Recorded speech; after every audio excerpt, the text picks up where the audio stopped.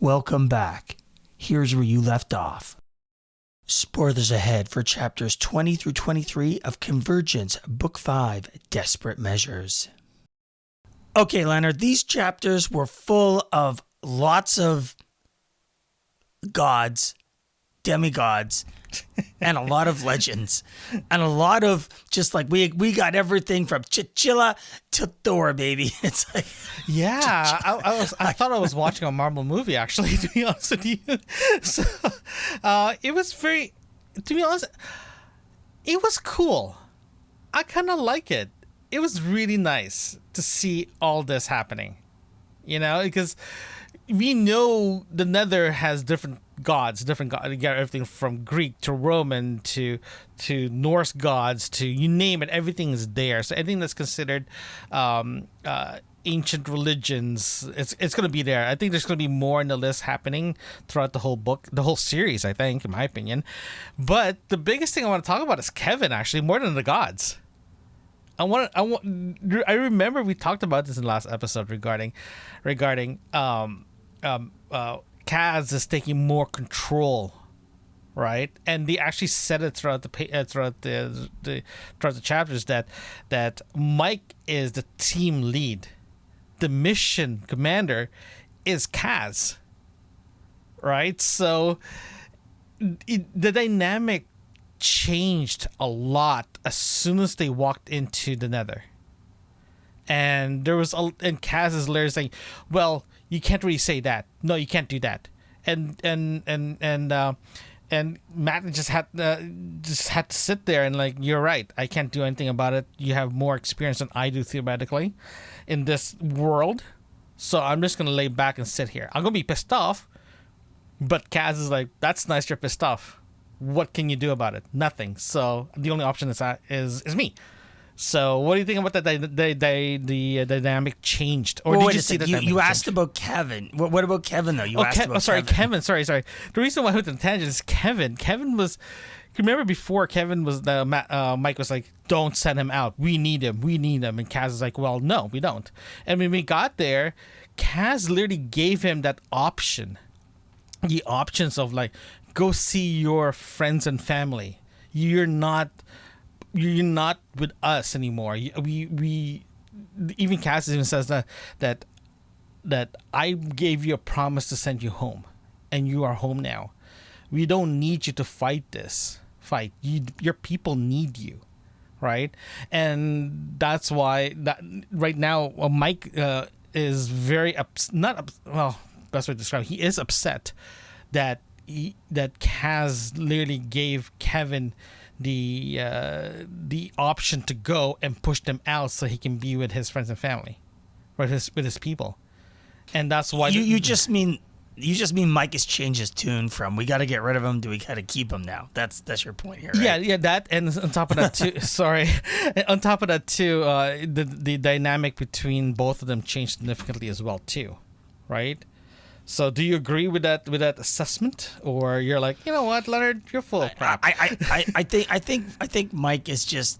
I mean, when they're in the Nether, it sort of makes sense that Kaz takes the lead, because in a way they're both in deep water. Neither of them really know what to do.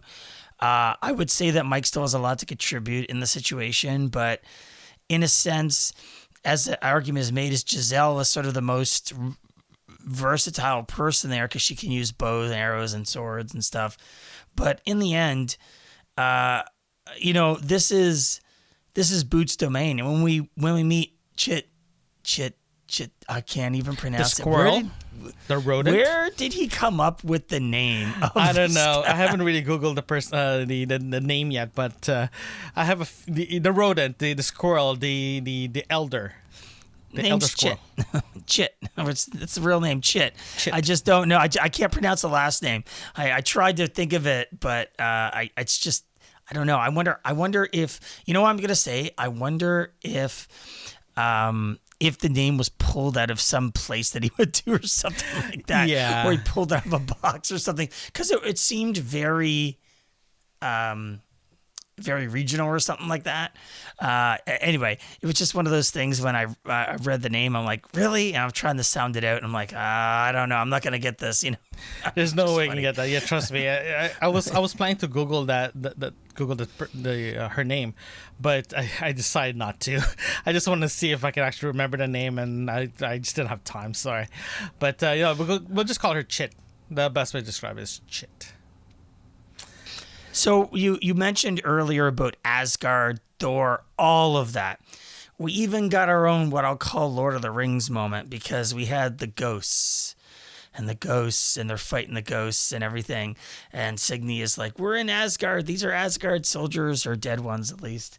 And I enjoyed that. I thought that was a really interesting chapter there, because we learned a lot of information. It was a bit of action in the book. And it was kind of cool that where Kaz was stoking the fire for the dead and so forth, and the logic around the fact that they just sort of hang out there and never do anything, and they're never at rest.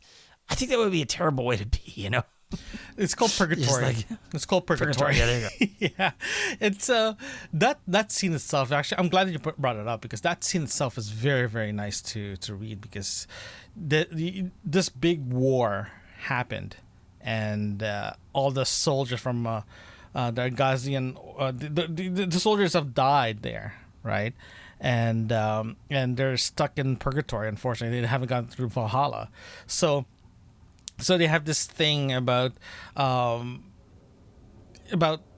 being stuck there. And when they saw Kaz and the group walked in, they thought they were enemies, but Sydney found out, oh no, this is our guys, this is soldiers from Asgard, so we need to so she ended up explaining it, right?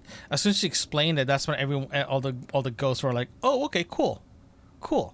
And the conversation between Mike and Sydney and Kaz is saying that we can stay here tonight, but we have to leave. And they start saying, oh, we need to make sure we have rotation for security. And it's like, don't worry, they'll protect us, right? And when Kaz is turned to be at watch, right? And he starts seeing this ghost around the fire. And the detail that they actually had in the book is great, because they ending up passing along a flagon of beer or whatever liquid, and they're just having a conversation. Sydney actually said it perfectly. The best way to describe it is like, this is the only moment they have to feel normal, to feel that they're alive again, is to be with their fellow soldiers around a campfire and just stay warm, right? In that moment, that writing was so great, because it slowed down the story enough that it gives you a perspective of like, there's something else beautiful, or something else beautiful / scary in the nether that only Kaz and Sydney can actually see. And it's just really nice to see that, right? Do you feel the same way, or is it kind of like, Leonard? No, I think Mr. Boots was the one. Mr. Boots was the one who saw the guys as well. But the thing I liked about this chapter also is I think it's setting up for something much larger later on down the road in the book. And the way Craig writes, I don't know if it'll be immediate or not, but in this chapter, he swears that he's going to help these ghosts, first off. Then we go to Kevin, and he sends Kevin away to go back to his family. And then also, Chit is an old one, like Mr. Boots, and he helps her out getting the evil out of her or whatever. And that is something that's going to come back as well. So I feel like he has a lot of people owe him a lot of favors now, and eventually it's going to be a whole like Avengers Assemble kind of moment, Yeah, I agree. It's, again, this is because before, if they're back on Earth, you got Isabel and Mike that says, no, we can't help other people. We have to stick together. We can't announce who we are, right? And in the Nether's the opposite. Because there's so much magic, everyone can feel the magic, right? Even Mr. Boots, Sydney can actually see things that they don't normally see on Earth, on Midgard, Okay, so it's nice to see that that Kaz acknowledged that, hey, we are in your territory now. We need you to tell us what's wrong, and Kaz becomes the interpreter for the, I mean, right? I think, yeah, well, no, I agree, but I also think that this is where Craig's writing comes in strength, right? Where he makes you interested in the characters and want them to come back around and gets you invested in them. Even these ghosts, which were only in like one and a half chapters or something like that, you're like, hey, I hope he frees them. Hope he helps them out or something. So that's just really good writing in my opinion. And I think that's what I got a lot out of in these chapters, other than Thor coming out of the sky and doing the whole, by the way, he didn't do the whole Thor landing apparently. That's a Marvel thing. This one is more like yeah. He just landed as a rock. I mean, but if you eat an MRE and you're like, this is the best thing ever, and I'm like, dude, there's way more better food on Earth than MRE. Hey, but man, hey, if they remember, they can't bring anything else with the MRE. So remember, Thor is used to eating meat on a spit. Now he's eating spaghetti. It's different. It's a different experience for him, and it's nice to see that. But it's really nice that Sydney and Thor actually had a conversation regarding what's actually happening, right? And Thor is there to have a meal with them and just have a one-on-one. It's like I think Kaz actually said it, that it's the weirdest day or whatever, saying that today if you tell me that I'm going to be having a conversation with a god, even with Thor, it's like not even my future, right? So for him having that conversation to get more backstory of exactly what's actually happening in the Nether, it will help Kaz in the future. And you even said it as well too. The squirrel, she even said, like, call me if you need a hand, right? And you're right, Derek. There's a good chance that all the favors that he collect will definitely help him in the future, right? But we don't know where this is going. I got this feeling that this part of the book is going to be a little bit more chaotic because you have what's happening in the Nether. I have a feeling we're going to do a side story of what's actually happening on Earth with what's his nuts, his half brother. Oh my gosh, I can't remember his name now.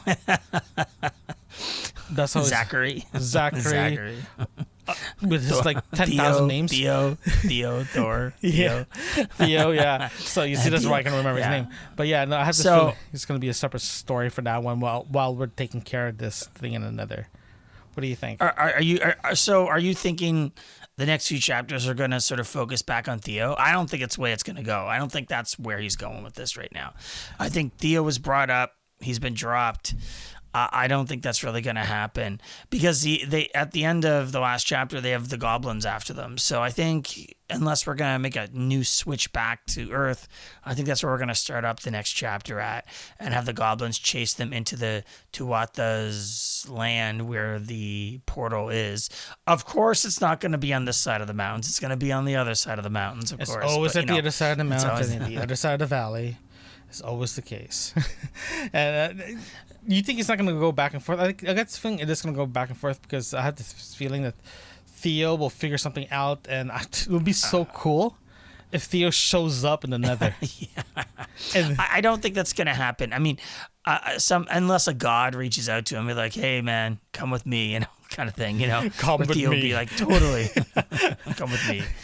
Come with me if you want to rule all over Earth. Yeah, come with me if you want to stay alive. But it'll be, for a reason why I'm saying that, it'll be cool for him to come in, and I want him to say, I am not ready for this. This is beyond what I'm capable of doing.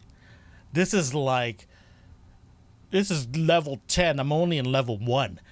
And Kaz is like, I told you so. So it'll be nice for Theo / whatever his name is or whatever to show up and get in there. But you're right, the chance for him going to the Nether is kind of slim, but it will be nice to see him showing up and be like, what the heck is happening here? Am I betting the wrong side? I think more likely I mean, the one thing that surprised me most about this book so far is Annie has not been in it. And that was it's one of those things that I go, that was the crutch of the end of the last book. It was just a hook to get you into this book. And then it's just completely gone over. It's done. We're on to new and better things. And I actually kind of wish Annie would have been in the Nether with them for the main reason that she would learn what it means to be in the Nether and with the wizards and so forth. I just wish she was there with them. I feel like that would be an interesting plot line. I like that, to be honest. I really like that thinking. It makes a lot of sense. But I have this feeling that's not going to happen because Annie is like she's there, but she's not really there. Right? She's I know. I'm just saying. She's the voice at the back of your head. It's like, don't do this, but you do it anyway. That's Annie, right? So, what do you think is gonna happen next? I said I think that we're just gonna continue on. We're gonna get the goblins after them, and they're gonna go into the Tuatha area to find the portal. Now, I don't know how the Tuatha is gonna go in. Apparently, Thor and his father, I think, are not very useful at this moment because they're just fighting other gods. So I'm not sure where he's going to take it after that. I mean, obviously we're trying to get back to a portal, but I was hopeful there'd be more to this. Maybe he's just using it as a way to get Kevin back, but he introduces Chit, and then we also have Mr. Boots in there as well. So if Mr. Boots comes across his people, I could see that happening in the chapters. I'm going out of left field there a little bit moving forward, but what do you think? The next few chapters are going to be. I get the feeling. I think I'm going to follow your way of thinking here because the next few chapters are going to be in the Nether for sure. They're going to go against this orc thing, and I have a feeling that they're going to be. They're going to be scrapping it out for the next few more chapters. But if they do go back to Earth or to Midgard, it's going to be Theo's going to be waiting for them there. I think that's what's going to happen. Join us next time as we review chapters 24 through 27 of Convergence Book 5, Desperate Measures. Thank you for joining us today. Don't forget to hit that subscribe button and share a review.